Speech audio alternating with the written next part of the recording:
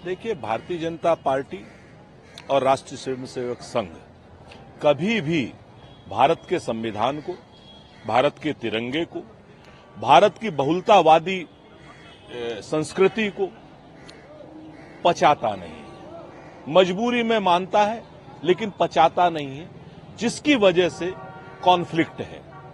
और भारतीय जनता पार्टी हो चाहे संघ हो, बहुलतावादी विचारधारा को समझते नहीं, ये एक रंग के फूल एक बाग में लगाना चाहते हैं। इसीलिए इन्होंने आजादी के 50 साल तक तिरंगा नहीं लहराया अपने यहां पर। इसीलिए ये लोग संविधान का विरोध करते थे, इसीलिए इन लोगों ने तिरंगा जलाया है। बंच ऑफ थॉट्स जैसी किताबें लिखी हैं और आज मजबूर हैं उस किताब को डिसोन करने के लिए। आरक्षण के विरोध में ये लोग लगातार रहते हैं। संविधान में अगर 400 सीट ले आते तो संविधान में परिवर्तन करने की पूरी साजिश रच रखी थी इन्होंने। तो ये लोग भारत को, भारत की बहुलतावादी नीति को नहीं समझते हैं।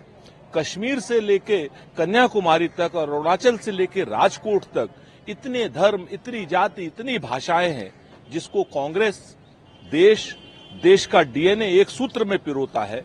ये लोग उसमें संप्रदायवाद का जहर डाल करके सबको अलग करने की कोशिश कर रहे हैं।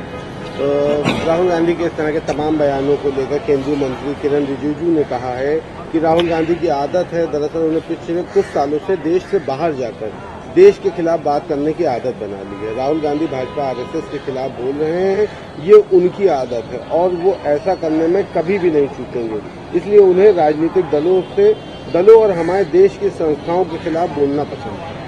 किरण रिजिजू जी अगर फिजूल की बातें करते हैं तो उसका जवाब किरण रिजिजू देंगे, लेकिन एक जिम्मेवार मंत्री होने के नाते जो राहुल गांधी जी ने सवाल उठाए, बेहतर हो उस पर जवाब दें। बेहतर हो देश में जो बेरोजगारी की समस्या है उस पर जवाब दें। बेहतर हो ये बताएं कि हिंदुस्तान में बेरोजगारी की समस्या चरम पर है, लेकिन पड़ोसी देश चीन में और वियतनाम में बेरोजगारी की समस्या नहीं है। बताएं, क्योंकि वहां पर हर घर से अडानी अंबानी निकलता है और यहां पर सिर्फ 2 अडानी और अंबानी के लिए पूरी सरकार काम करती है। पूरे देश के संसाधन उनको दे दिए गए हैं। पूरे देश के बंदरगाह, पूरे देश के एयरपोर्ट, पूरे देश की सड़कें, सब चीजें एक ही व्यक्ति को दे करके आप कौन सा देश बनाना चाहते हैं किरण रिजिजू साहब? मोदी जी से पूछ के बताइए। इसके साथ ही हरियाणा बातचीत सोमवार को टूट गई जब अरविंद केजरीवाल के नेतृत्व वाली पार्टी ने 20 उम्मीदवारों की अपनी पहली सूची जारी की। भाई देखिए, हमारी बातचीत एक बड़ी प्रारंभिक स्तर पर है।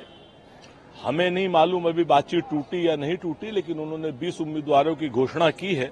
हम उन्हें शुभकामनाएं देते हैं। हम 32 से ज्यादा उम्मीदवार घोषित कर चुके हैं, लगभग 40 उम्मीदवार घोषित कर चुके हैं। बाकी उम्मीदवार हम जल्द से जल्द घोषित करेंगे। हरियाणा परिवर्तन की राह देख रहा है।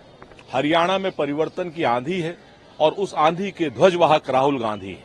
क्या इस बात में भी कुछ सच्चाई है? कहा जा रहा है समाजवादी पार्टी इंडिया गठबंधन के अभिन्न सहयोगी है और जिस तरीके से श्री राहुल गांधी जी को श्री अखिलेश यादव जी ने समर्थन दिया और इंडिया गठबंधन के सारे प्रत्याशियों को जिताने की बात की है, वो एक अभूतपूर्व बात है। हम श्री अखिलेश यादव जी का तहे दिल से धन्यवाद करते हैं कि उन्होंने स्पष्ट कहा कि हमारे लिए लड़ना महत्वपूर्ण नहीं है, हमारे लिए इंडिया गठबंधन को जीतना और जिताना महत्वपूर्ण है। इनके आगे एलपीजी सिलेंडर को रखा गया, ब्लास्ट करके ट्रेन को उड़ाने की साजिश बताई जा रही है। इस पर अब एसटीएफ, एटीएस, एनआईए जैसी तमाम बड़ी संस्थाएं जांच कर रही हैं। क्या लगता है, क्या कहना चाहेंगे? आतंकी घटना की साजिश की जांच होनी चाहिए, इसमें कहीं कोई दो राय नहीं, लेकिन आतंकवाद पर जिस तरीके का विलाप भारतीय जनता पार्टी की सरकार अपनी नाकामियों को छुपाने के लिए कर रही है, वो एक शोचनीय विषय है। भारतीय जनता पार्टी की सरकार से महत्वपूर्ण प्रश्न है कि रेलवे की सुरक्षा को लेकर के 3 लाख से ज्यादा पद रेलवे की सुरक्षा के खाली क्यों हैं? परमानेंट वे इंस्पेक्टर की आपने पोस्ट खत्म क्यों कर दी? क्लास 3 और क्लास 4 के एम्प्लॉय आपने संविदा पर क्यों भर्ती कर लिए, जबकि वही रेलवे की सुरक्षा की रीढ़ की हड्डी है?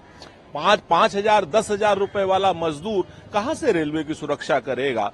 रेल की सुरक्षा तो रेल का एम्प्लॉय करता था। आज की डेट में वो एम्प्लॉयज की आपने पोस्ट खत्म कर दी है। तो जो लोग ट्रैक की सुरक्षा करते थे, आज की डेट में वो लोग हैं ही नहीं, तो कहां से रेलवे की सुरक्षा होगी? और रही बात आतंकी घटनाओं की, तो आतंकी घटनाओं की बिल्कुल पूरी तरीके से जांच होनी चाहिए और जो लोग भी इसके प्रति दोषी हैं उनके 36 टुकड़े काट के देश के विभिन्न हिस्सों में डाल देने चाहिए। एक आखिरी सवाल कोर्ट में चला गया जहां सुप्रीम कोर्ट ने हाईकोर्ट के आदेश पर रोक लगा दी है। देखिए, भारतीय जनता पार्टी यही चाहती थी, क्योंकि भारतीय जनता पार्टी रोजगार नहीं देना चाहती। वो जनता के दबाव में, राहुल गांधी जी के दबाव में, अखिलेश यादव जी के दबाव में, ओबीसी के दबाव में उन्होंने सुप्रीम कोर्ट न जाने का फैसला तो सरकार ने लिया, लेकिन अपने ही लोगों को भेज दिया और वहां लचर पैरवी की और वो मामला अटक गया। बहुत स्पष्ट है हमारा आरोप कि भारतीय जनता पार्टी 69,000 शिक्षकों को भर्ती देना ही नहीं चाहती है, इसलिए ये सारी नौटंकी करा रही है भारतीय जनता पार्टी।